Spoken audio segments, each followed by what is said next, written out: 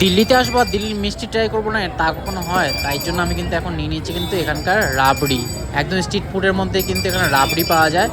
আর এটা হচ্ছে দিল্লির একদম সুভাষনগর থেকে একটু ভেতরে খেয়ালাতে আসলে কিন্তু এখানে প্রত্যেক শনিবার এরকম মার্কেটটা বসে, ফুড মার্কেট।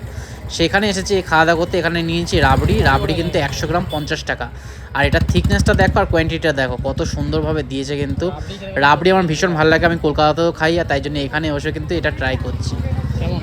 ও তো বলছে ওর ভীষণ ভালো লেগেছে, আমারও কিন্তু সত্যি সেরা লেগেছে। 50 টাকার মধ্যে, 25 টাকার মধ্যে, 20 টাকার মধ্যে এখানে যা খাবার পাওয়া যাচ্ছে এনাফ। মানে দুপুরবেলায় কিন্তু এখানে সবাই ওই ছোলে বাটুরে বা কুলচা এসব খায়, বিরিয়ানি খায় 50 টাকার মধ্যে। সত্যি সস্তার মধ্যে কিন্তু বহুত খাওয়ার দাওয়ার পাওয়া যায়। ভিডিওটা ভালো লাগলে তোমরা কিন্তু অবশ্যই পেজটাকে লাইক করো, ফলো করতে ভুলো না, শেয়ার করো সবার সাথে। দেখা হবে নতুন একটা ভিডিওর সাথে।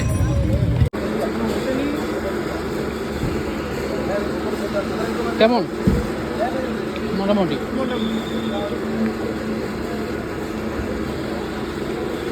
চলো চলো ভেতরে গিয়ে খাবো।